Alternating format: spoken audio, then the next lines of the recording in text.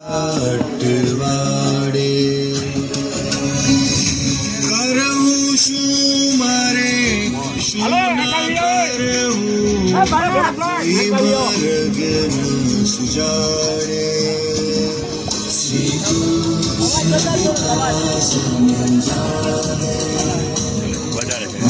આપણું લગાવી દો.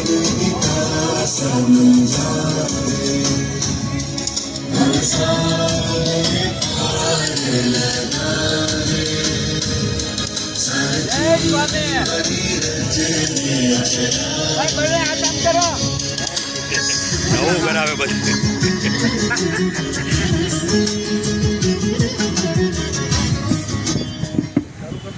નમસ્કાર નમસ્કાર નમસ્કાર. આપ સર્વને જય શ્રી કૃષ્ણ. શુભ સવાર. તમને જોઈને બધા બાળકોની અંદર એનર્જી આવી ગઈ છે અને થેન્ક યુ વેરી મચ. તમે બધા રોકાયા. એક નાનકડું એવું નાટક છે, તમારી 20 મિનિટ જેટલો હું સમય લઈશ. સમય છે ને બધાની પાસે? પોતાના જીવન માટે તો સમય છે ને બધાની પાસે? પરફેક્ટ. તો અહીંયા હું તમને પેલા ઇન્ટ્રોડક્શન આપી દઉં. ફાઉન્ડર ઓફ કૃષ્ણવાણી ગીતા, પ્રિન્સ કાચરિયા મારું નામ છે. અને અહીંયા જેટલા પણ બાળકો બેઠા છે બધા બાળકો કૃષ્ણવાણી ગીતા ટીમના મેમ્બર છે. એ કોઈ વિદ્યાર્થી નથી. છેલ્લા 2 વર્ષથી આપણે બાળકો, યુવાનો, વડીલોને ભગવદ્ ગીતાનું જ્ઞાન ફ્રી ઓફ કોસ્ટ, નિઃશુલ્ક ભાવે આપીએ છીએ. આપણા કતારગામ વિસ્તારમાં જ છે. હરિઓમ સોસાયટીની એક્ઝેક્ટ સામે બીજા માળ પર ભગવદ્ ગીતાનું જ્ઞાન આપવામાં આવે છે. દર રવિવારે 11 થી 12 નો સમય હોય. દર રવિવાર 1 કલાક 11 થી 12 બાળકો દ્વારા એક નુક્કડ નાટક તૈયાર કરવામાં આવ્યું છે જે સંપૂર્ણપણે ભગવદ્ ગીતા પર આધારિત છે. તમારા જીવનમાં ઉત્પન્ન થવા વાળી સમસ્યા અને એ સમસ્યાનું નિરાકરણ તમને ક્યાંથી કેવી રીતના મળી શકે તેની ઉપર આ સંપૂર્ણ નાટક આધારિત છે. આપણે નાટકની શુભ શરૂઆત કરીએ. ઓમ કૃષ્ણાય વાસુદેવાય હરયે પરમાત્મને પ્રણતઃ ક્લેશનાશાય ગોવિંદાય નમો નમઃ. બોલો શ્રી કૃષ્ણ કનૈયા લાલ કી. જય શ્રી કૃષ્ણ બધાને. આજનો હરેક માણસ સમસ્યાઓથી ઘેરાયેલો છે. એમાં કોઈ એક નથી આવતું, એમાં તમે, હું, આ બધા આવી જાય છે. બધા માણસ સમસ્યાઓથી ઘેરાયેલા છે. તમે જોયેલું હશે, ભાઈ ભાઈના ઝઘડા, પરિવારમાં ઝઘડા, કોઈ વ્યસન કરે છે, કોઈ મોબાઈલનો વધુ ને વધુ ઉપયોગ કરે છે, કોઈને મમ્મી નથી તો કોઈને પપ્પા નથી, જેને બંને છે તેને કદર નથી. પણ કળિયુગમાં જ કેમ આવું થાય? ક્યારે વિચાર આવે કે આ કળિયુગ જે યુગ ચાલે છે એમાં જ કેમ આવું થાય? તો બને છે એવું કે જ્યારે મહાભારતનું યુદ્ધ પતે છે, પછી પાંડવો જીતીને જ્યારે સ્વર્ગ તરફ નીકળે છે ત્યારે તેઓને રસ્તા વચ્ચે મનુષ્યના દેહમાં કળિયુગ મળે છે. તો પાંડવોને જાણવાની આમ અપેક્ષા જાગે છે કે કળિયુગમાં શું થશે, ત્યાં લોકો કેવા હશે, તેમનો સ્વભાવ કેવો હશે. તો તેમને પૂછ્યું કે ભાઈ કળિયુગમાં તમે શું કરશો? જે મનુષ્યરૂપી દેહમાં જે હતા એમણે પૂછ્યું કે ભાઈ કળિયુગમાં શું થશે, તેના લોકો કેવા હશે, તેનો સ્વભાવ કેવો હશે. તો એની પહેલા એક સવાલ પૂછવાનું મન થાય. બળદ હોય એની સિંગડાની ટોચ ઉપર રાઈનો દાણો રે ખરો? ન રે ને, 1 સેકન્ડ પણ ન રહે. તમે તો કહો છો 1 સેકન્ડ પણ ન રહે, પણ હું કહું છું 0.05 સેકન્ડ પણ ન ટકી શકે. તો કળિયુગે એમ કીધું કે જે રીતે બળદના શિંગડા પર રાઈનો દાણો 0.05 સેકન્ડ પણ ન ટકી શકે, એ જ રીતે હું કળિયુગના માનવીના મનને 1 સેકન્ડ પણ શાંતિ નહીં લેવા દઉં, 0.05 સેકન્ડ પણ શાંતિ નહીં લેવા દઉં. અહીંયા ઘણા એવા હશે, બેઠા હશે અહીંયા, ભમતા હશે આખી દુનિયા. કોકનો છોકરો કે છોકરી બહાર કોક ભણતા હશે ને એવું હશે ને તો કહેતા શું કરતો હશે કે શું કરતી હશે. અરે ઈ તો હાલો જનરલ વાત છે. મને એવું થાય, બધાને એવું થાય, કેમ કે અમે કળિયુગના જ માનવી છીએ. બધાને એવું થાય, પણ આપણને મંદિરે જઈને ન્યાય શાંતિ નથી મળતી. આપણે બધાને એમ કે મંદિરે જઈને આપણે ભગવાન સામે આમ હાથ જોડીને તો આપણને શાંતિ મળે. ભલે સુખ ન ગળી શકીએ પણ શાંતિ તો મળે જ. પણ ત્યાં જઈને આપણે શું કરીએ, લેડીઝો હોય ને, હે ભગવાન હારે રહેજો, પછી હે બાબુપુરના 12 વાગી ગયા, આ રસોઈ બનાવવાનું છે, પાકું 2 વાગશે આજે. થાય કે નહીં એવું? તો આવી ઘણી બધી સમસ્યાઓ બાકી છે, તાઓ એને નિહાળીએ. બાળપણથી સાંભળ્યું છે મોટું બનવું છે, મોટું બનવું છે. મારે તો મોટું જ બનવું છે, પણ હવે સમજાતું નથી મોટું એટલે શું. પૈસા, નામ કે શાંતિ?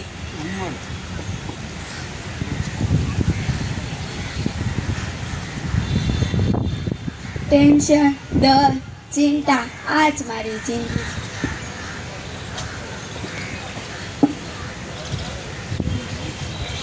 હેલો, એ ભાઈ તું મારું પેમેન્ટ કરી દે ને. હવે કરોડોનું પેમેન્ટ બાકી છે, મને હજી લગી કર્યું નથી. હવે હું તને બીજી વખત ફોન નહીં કરું. ના ના, આજકાલમાં નહીં, તું મને આજે જ કરી દે. હવે કેવી જિંદગી છે, પૈસા છે પણ શાંતિ જ નથી. જોયું ને, આ બધી સમસ્યામાં આપણે ક્યાંક ને ક્યાંક જોડાયેલા હશું. લેડીઝ ને જેન્ટ્સ બંને ક્યાંક ને ક્યાંક જોડાયેલા હશું. આ બેનને શું થાય છે ખબર? ડર, અશાંતિ, ચિંતા, એ જ એમની જિંદગી છે. જિંદગીમાં ટેન્શન નથી, ટેન્શનમાં જિંદગી છે આજકાલના માનવીને. અને આ ભાઈને તો મોટું બનવું છે, પણ કળિયુગનો માનવી કઈ રીતે મોટો બની શકે? કયો માણસ પાસે શું હોય તો એ મોટો ગણાય? નામ હોય એ મોટો ગણાય કે પછી શાંતિ હોય એ મોટો ગણાય? અને ઓલા ભાઈ પાસે તો ઓહો જાહો જલાલી, કરોડોનું પેમેન્ટ બાકી છે, એટલે એની પાસે કરોડ રૂપિયા તો હશે જ. તે કરોડો રૂપિયા છે, ધનના ભંડાર છે, પૈસા છે, એકલી જિંદગીમાં પણ શાંતિ નથી. શાંતિ ક્યાં શોધવા જાવી? છે કોઈ સોલ્યુશન આનું? તો આવો આગળની પણ સમસ્યાને નિહાળીએ. હે કૃષ્ણ, હે કૃષ્ણ, હું ઘણી મહેનત કરું છું પણ મારા માર્ક્સ આવતા જ નથી. હું શું કરું?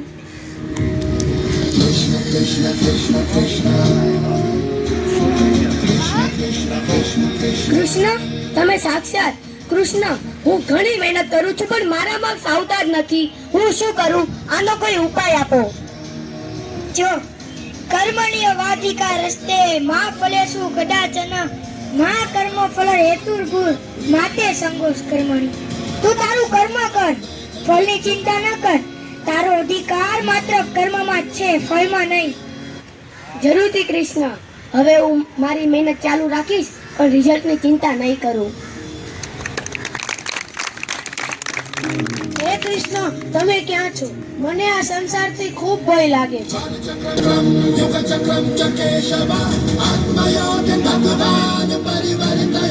કૃષ્ણ, તમે અહીં? કૃષ્ણ, મને આ સંસારથી ખૂબ ભય લાગે છે. મારો આખો દિવસ ચિંતામાં ચાલ્યો જાય છે. હું શું કરું?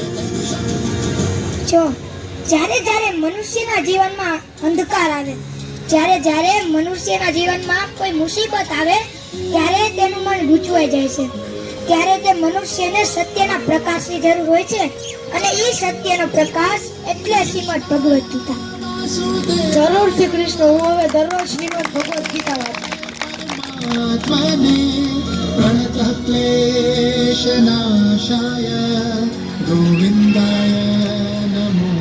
આ ચિંતા છે મારી જિંદગી જ વીખી નાખી છે.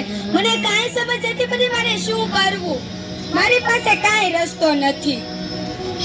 હવે છે ને મારે મરી જ જાવું છે. શાંતિ રાખ, ધીરજ ધર, બધું જ ઠીક થઈ જશે.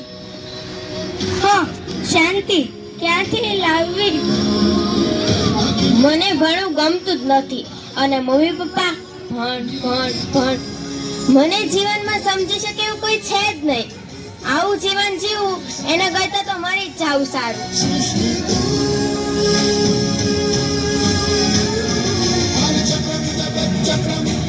હું ઇન્સ્ટાગ્રામમાં તો ખુશ દેખાઉં છું, પણ મનથી તો ખુશ નથી ને.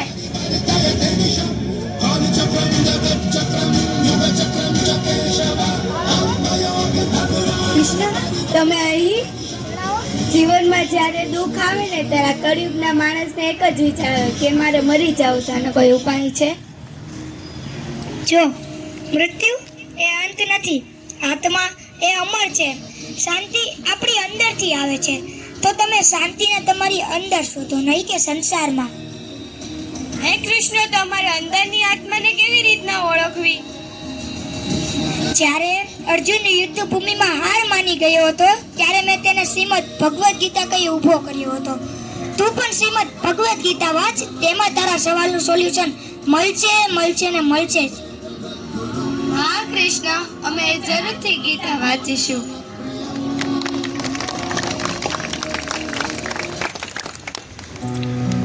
જોયું? હું તમને સવાલ પૂછું, આ કેટલાને નાટક લાગે છે? કેટલા એવું કહે છે કે આ નાટક છે સાહેબ? આ નાટક નહીં, આ આજના સમયની, આ આજના કળિયુગની વાસ્તવિકતા છે. ઓલી દીકરી એવું કહે છે કે મને ભણવું નથી ગમતું, મારા મમ્મી પપ્પા કહે તું ભણ, આની કરતા તો મરી જવું સારું, મને કોઈ સમજવા વાળું દુનિયામાં નથી. ઓલી છોકરી કહે છે કે મારું મગજ હંમેશા ચિંતામાં જ રહીશ. અને ઓલી એવું કહે છે કે હું ઇન્સ્ટાગ્રામ છું, પણ રિયલ લાઈફમાં તો હું ખુશ નથી ને. આ વાસ્તવિકતા છે. વાસ્તવિકતા જણાવું, 2023 ની અંદર ભારત સરકારે બહાર પાડેલા ડેટા, 2024 અને 25 જે ડેટા બહાર નથી પડ્યા. કદાચ ભારત સરકારને એવો વિચાર આવ્યો હશે કે આ ડેટા બહાર પાડવામાં ફાયદો નથી. 2023 ની અંદર ભારત સરકારે ડેટા બહાર પાડ્યા, કુલ ગુણ 13,000 કરતા વધારે વિદ્યાર્થીઓએ સુસાઇડ કર્યા. 13,000 કરતા વધારે વિદ્યાર્થીઓએ સુસાઇડ કર્યા. 1 થી 5 ધોરણના કુલ 15% છોકરા હતા. 1 થી 5 ધોરણ. હો સાહેબ, આપણે 1 થી 5 ધોરણ ભણતા આપણને શું ખબર પડતી? ખબર શું પડે? આપણા કપડા લગર વગર હોય, આપણે ગમે ને આળોટતા હોય, આટા મારતા હોય, આપણને કાંઈ આવડતું હોય? એ લોકોના મગજમાં સુસાઇડ નામનો શબ્દ ઘૂસી ગયો છે. મને કોઈ નથી સમજતું, આમ કરી નાખો. 6 થી 8 ધોરણના કુલ ગુણ 18% છોકરાઓ, હાઈએસ્ટ રેશિયો ધોરણ 9 અને ધોરણ 10 24% છોકરાઓ. 24% છોકરાઓ એવા છે ધોરણ 9 અને ધોરણ 10 ના કે જેણે સુસાઇડ કર્યા છે. મને હજી ચિંતા નથી થતી. ચિંતાનો વિષય હવે ચાલુ થાય છે.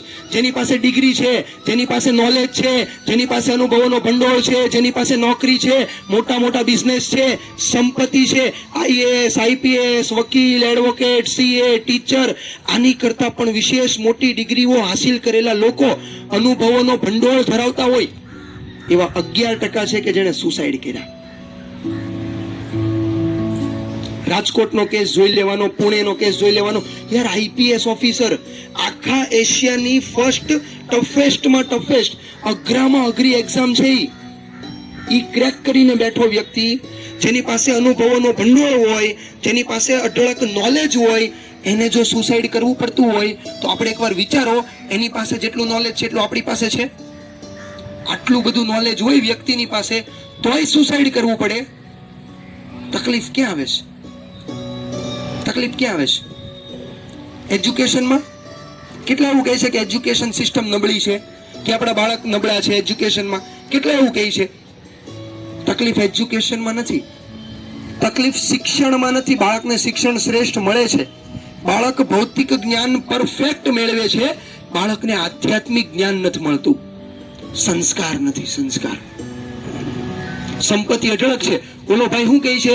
કરોડો રૂપિયાનું પેમેન્ટ બાકી છે, પૈસા તો બહુ બધા છે પણ શાંતિ નથી. શાહરૂખ ખાનને ઓળખો ને? શાહરૂખ ખાનની પાસે અઢળક પૈસો છે, સમાયની એટલો પૈસો. એનો દીકરો આર્યન ખાન. સંપત્તિ અઢળક છે, સંસ્કારની કમી છે. મુકેશ અંબાણીને ઓળખો ને? મુકેશ અંબાણીના દીકરાના હમણાં લગ્ન હતા. મુકેશ અંબાણીના દીકરાના લગ્નમાં એણે વિશ્વના મોટા વ્યક્તિઓને બોલાવ્યા. બિલ ગેટ્સ હોય, ગૂગલનો સીઈઓ હોય, અમેરિકાનો રાષ્ટ્રપતિ, વડાપ્રધાન, અમેરિકા, ચાઇના, જાપાન, લંડન, બધા દેશના મોટા વ્યક્તિઓને એણે બોલાવ્યા. એણે એ બધા વ્યક્તિઓની સામે સ્પીચ આપી. એના પરિવારના દરેક સભ્યએ સ્પીચ આપી. સ્પીચની શરૂઆત ક્યાંથી કરે ખબર? જય શ્રી કૃષ્ણ. તમે વિડીયો જોયો હશે. એ લોકો જ્યારે ફોટોશૂટ કરાવતા હતા તો ત્યારે એની દીકરી એક નાની એવી એક ટેણીઓ, એ એવું એને ઠેબુ વાગ્યું, પડી ગયો. તો નીતાબેન એને માઇક આપ્યું, લે બેટા માઇકમાં બોલ. હવે એ નાનું એવું ટેણીઓ, એટલું એવું એને શું બોલતા આવડે? જેવું એને શીખવાડ્યું એવું બોલતા આવડે ને? જેવું એને શીખવાડ્યું એવું જ આવડે ને? એ ટેણી શું બોલ્યો ખબર? જય શ્રી કૃષ્ણ. સંપત્તિ છે અને સંસ્કાર રહી છે. આ સંપત્તિ અને સંસ્કારનું જ્યારે સમન્વય થાય ને ત્યારે સુખ આવે, આપણે બધાએ છે ને ખાલી સંપત્તિને સુખ માન્યું છે. તમારા પૈસા એ સગવડ છે, સુખ નથી. એસી આવી શકે, ટીવી આવી શકે, ફોર વ્હીલ આવી શકે, ગાડી આવી શકે, પૈસાથી બધું આવી શકે, સુખ ન આવી શકે. પૈસા સગવડ છે, તમે એને સુખ માનો છો ને એટલે તમારી સુધી ક્યારેય પહોંચતું નથી. કૃષ્ણએ કીધું ને, સુખ પોતાની અંદર છે, શાંતિ પોતાની અંદર છે. એક બાળક તમને કહેશે સુખ અને શાંતિ કેવી રીતના મળે, તમે જાણજો. એની જે વાત છે ને મર્મવાળી, તમે જાણજો. ખાલી તમારે શાંતિ મેળવવી હોય તો બાળક તમને સમજાવશે શાંતિ તમને ક્યાંથી મળશે. અને આપણે શાંતિ શોધવા માટે બહાર જઈએ છીએ. તકલીફ ક્યાં છે ખબર? તમારા પાયામાં. તમારા પાયાની અંદર તકલીફ છે. સ્વામી વિવેકાનંદને કેટલા ઓળખો? સ્વામી વિવેકાનંદને બધા ઓળખો ને? સ્વામી વિવેકાનંદ વાંચવાના શોખીન. એક વખત પોતાની રૂમની અંદર બેઠા હતા અને એના ટેબલની ઉપર બહુ બધી પુસ્તકોનો થપ્પો. એમાં સૌથી નીચે ભગવદ્ ગીતા અને એની ઉપર બહુ બધી પુસ્તકો, પણ અંગ્રેજોએ લખેલી પુસ્તકો બધી. હવે બન્યું એવું કે એ જ સમયમાં એક અંગ્રેજ ઓફિસર આવ્યો. અંગ્રેજ ઓફિસર રૂમમાં આવ્યો અને સામે બેઠો અને ટેબલ ઉપર પડેલી પુસ્તક જોઈને હસવા લાગ્યો. શું કહે ખબર? ઓ સ્વામી, ઓ સ્વામી, તમે માની લીધું અમારા લેખક સૌથી ઉપર, તમારા લેખક સૌથી નીચે. ભગવદ્ ગીતા નીચે હતી કે નહીં? અમારા લેખક સૌથી ઉપર, તમારા લેખક સૌથી નીચે. યુ બિલીવ સ્વામી? અને સ્વામી વિવેકાનંદ તો હાજર જવાબીઓ. સ્વામી વિવેકાનંદે જવાબ નું આપ્યો, એક્શન કરી. જે નીચે હતી ને પુસ્તક, ટક કરતી ખેંચ લીધી. એની ઉપરની બધી પુસ્તક એક જ ઝાટકે નીચે. પછી શું કહે ખબર? બેટા, આજ પાયો હતો. જો પાયો મજબૂત નહીં હોય ને તો ઇમારત નહીં ટકી શકે. આજ પાયો હતો. આજ પાયો આપણે નબળો રાખ્યો છે. આપણા બાળકનો પાયો નબળો રાખ્યો છે. અહીંયા 21 મહિનાની દીકરીની ઉપર બલાત્કાર થઈ ગયો હોય, સુરતના 4 રસ્તાની વચ્ચે એક દીકરીનું ગળું કાપી નાખવામાં આવે, એક દીકરીના 35 ટુકડા કરી નાખવામાં આવે, ને એ રાક્ષસી વૃત્તિ ધરાવતો વ્યક્તિ રોજ એક ટુકડો જંગલમાં નાખવા જાય અને આખો ભારત દેશ સ્ટોરી મૂકે, સ્ટેટસ મૂકે, ઘરમાં વાતો કરે કે ભારત સરકાર કાંઈ નથી કરતી. એટલે તમને શું લાગે નરેન્દ્ર મોદી કરે? આ દુનિયાને, આ દેશને બદલવાની તાકાત નરેન્દ્ર મોદીમાં નથી, રાહુલ ગાંધીમાં નથી, કેજરીવાલમાં નથી. તમારા દીકરાને, તમારી દીકરીમાં છે. એ ભારતનું ભવિષ્ય છે.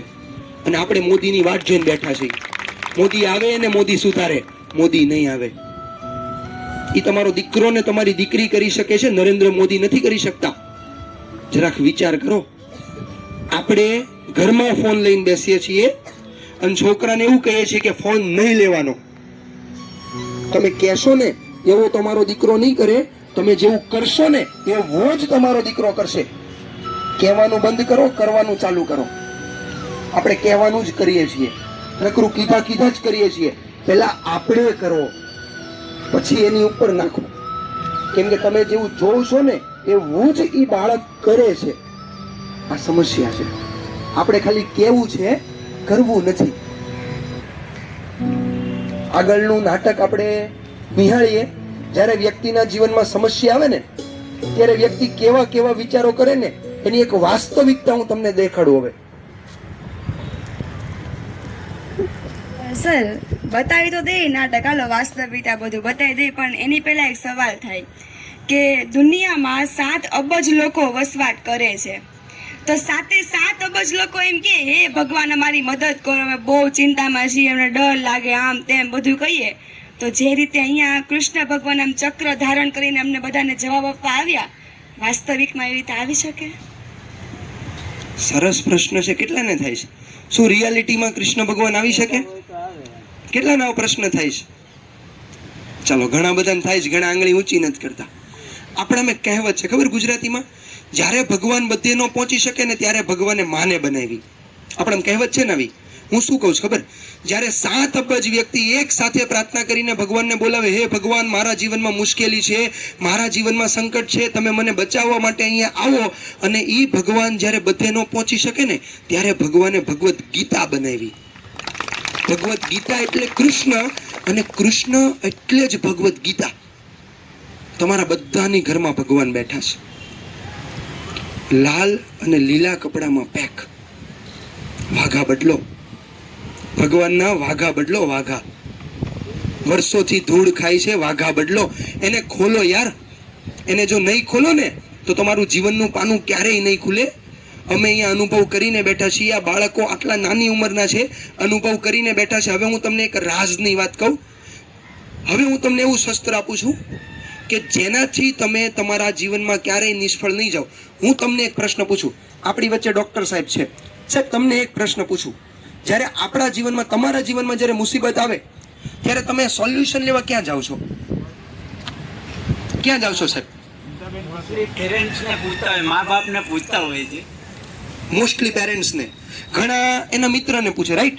ઘણા મિત્રની પાસેથી સલાહ લેવા જાય, ઘણા પેરેન્ટ્સ પાસેથી સલાહ લેવા જાય, ઘણા અન્ય કોઈ વ્યક્તિ કોઈ ગાઈડન્સ આપતું હોય એની પાસેથી સલાહ લેવા જાય.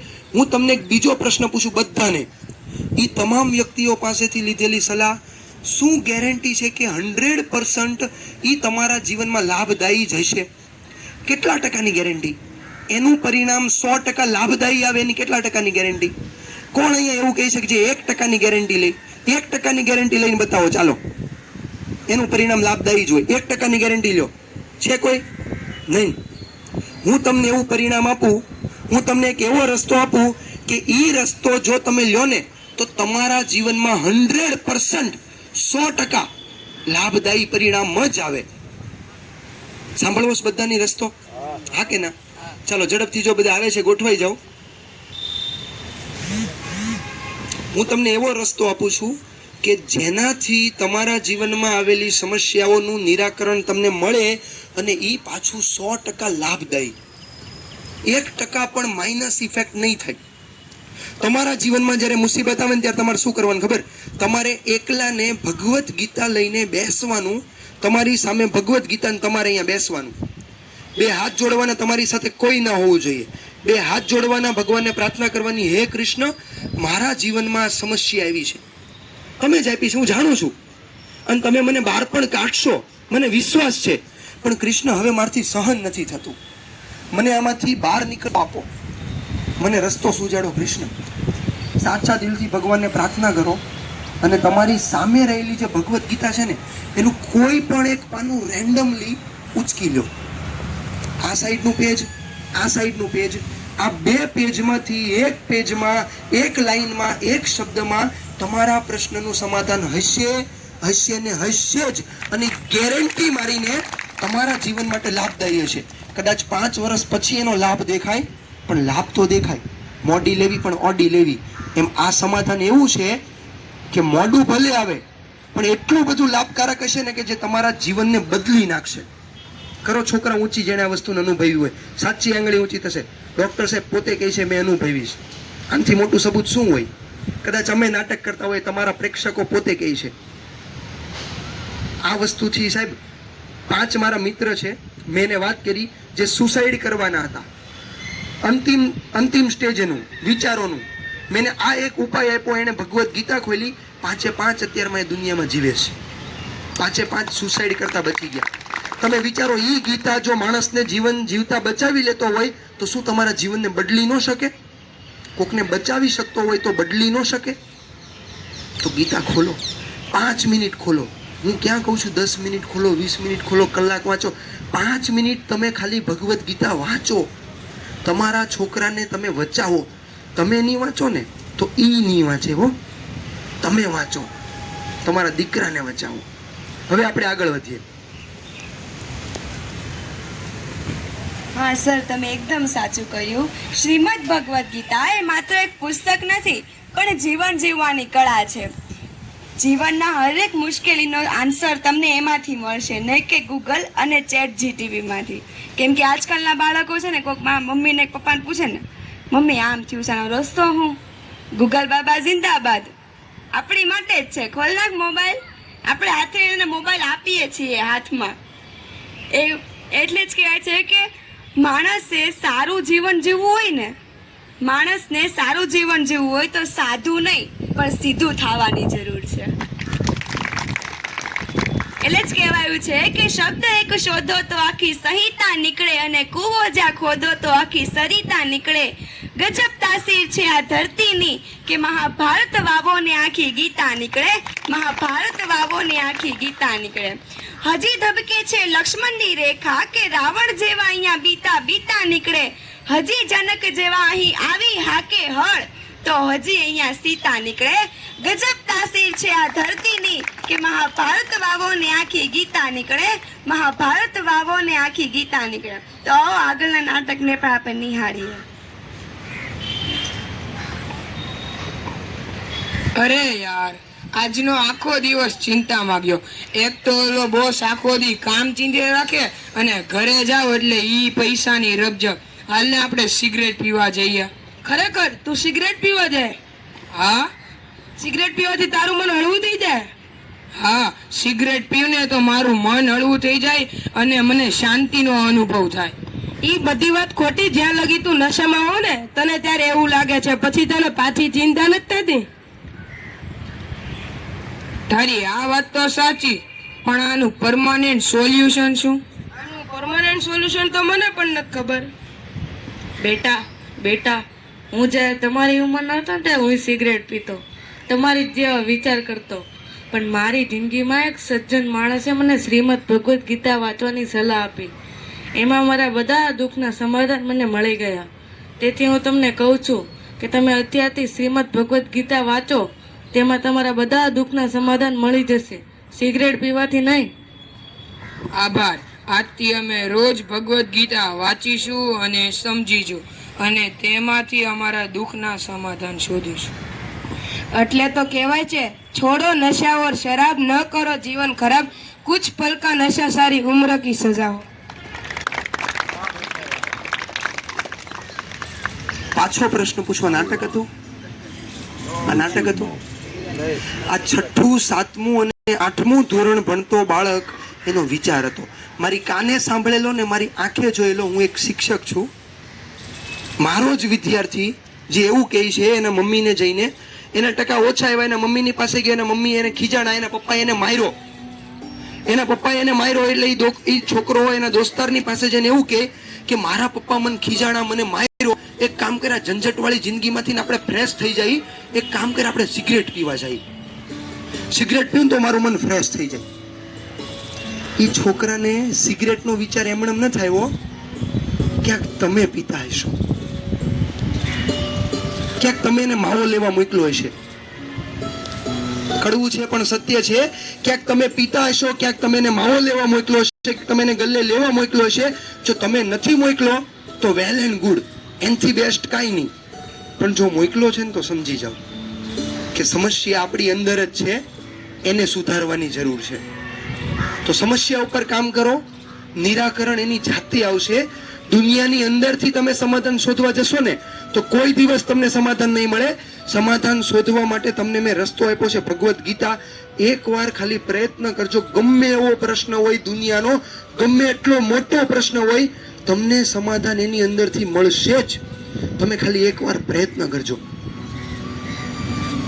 મુખ્ય વાત આ છે. ગીતા ખોલો ઘરની અંદર. તમારા બધાનો પણ ઓફિસનો ટાઈમ થતો હશે, હું સમજી શકું છું. વધારે આગળ અમે નથી ખેંચતા. બેસવા માટે તૈયાર છો? તો એક છોકરાની સ્પીચ છે, 2 મિનિટનો સમય છે, 2 મિનિટનો અંતિમ સમય છે, બરાબર?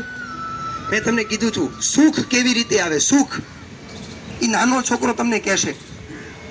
મારું નામ કાકલોતર લક્ષ મેહુલભાઈ છે.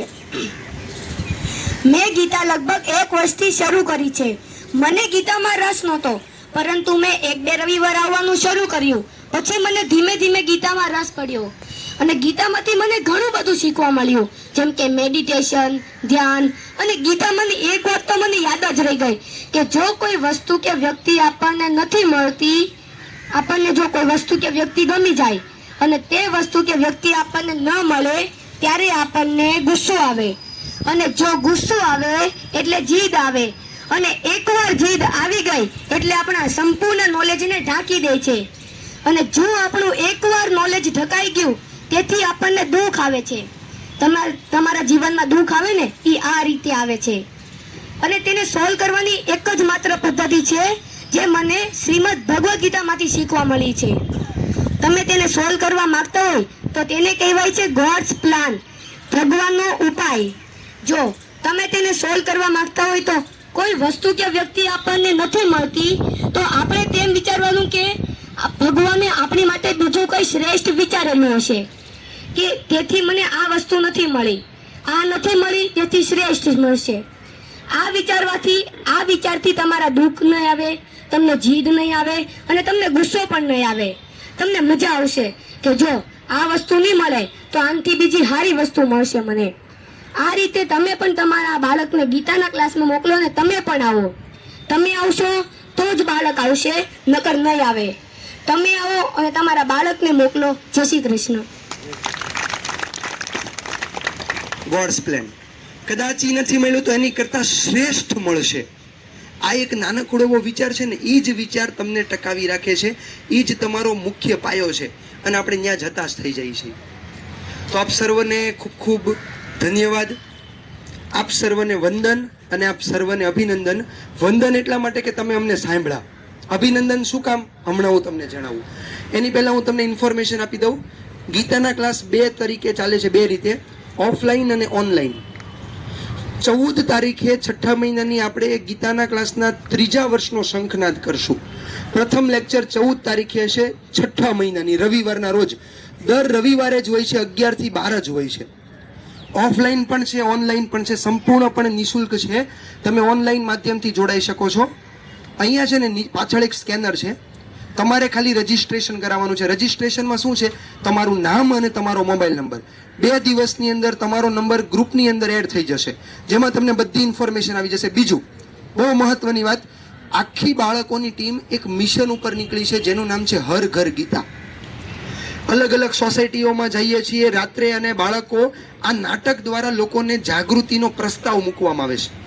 અત્યાર સુધીમાં આપણે 10 થી વધારે સોસાયટીઓ કવર કરી છે, 1 થી વધારે 2 મંદિર કવર કર્યા છે. અને આજે તમે અમને ગાર્ડનની અંદર અહીંયા સેન્ટરમાં આ નાટક ભજવવાનો મોકો આપ્યો. આનાથી વિશેષ અમારી માટે આનંદ બીજો કશો નથી. તો પહેલાં તો ડૉક્ટર સાહેબે પહેલી વાર ખાલી સાંભળ્યું કે આ કામ છે, ડૉક્ટર સાહેબે કીધું અહીંયા નાટક કરો. એની માટે થેન્ક યુ, દિલથી તાળી પાડો. બાળકો, આપણે જરૂરી છે તાળી પાડવી કે આપણને એને મોકો આપ્યો. અહીંયા તમે લોકો અહીંયા બેઠા, એ માટે હું તમને વંદન કરું છું. અને સમગ્ર મહાભારતની યુદ્ધ પૂરું થઈ ગયું. અર્જુનને કૃષ્ણ ભગવાને 18 અધ્યાય કીધા, 700 શ્લોક કીધા, અને છેલ્લે શું કીધું ખબર? યથા ઈચ્છસી તથા કુરુમ. તારી જેવી ઈચ્છા હોય ને અર્જુન, તું એવું કર. અમે તો તને કહી દીધું, તમારી જેવી ઈચ્છા હોય એવું તમે કરો. હું એવી આશા રાખું છું કે તમે તમારા જીવનમાં પોઝિટિવ નિર્ણય લેશો, ભગવદ્ ગીતાને આધીન થશો. એની માટે તમને એડવાન્સમાં અભિનંદન. પાછળ એક સ્કેનર છે, ઇન્સ્ટાગ્રામનું સ્કેનર છે, તમે આઈડી સ્કેન કરી શકો છો અને તમે અમારા વિડીયોને લોકો સુધી પહોંચાડી શકો છો ને આ મિશનના સહભાગી બની શકો છો.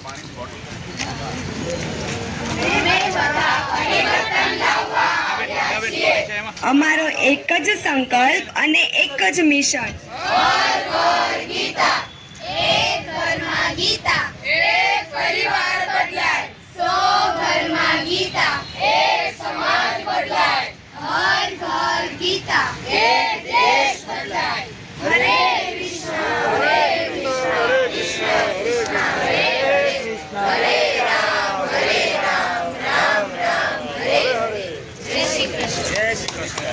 ભાઈ બાળકો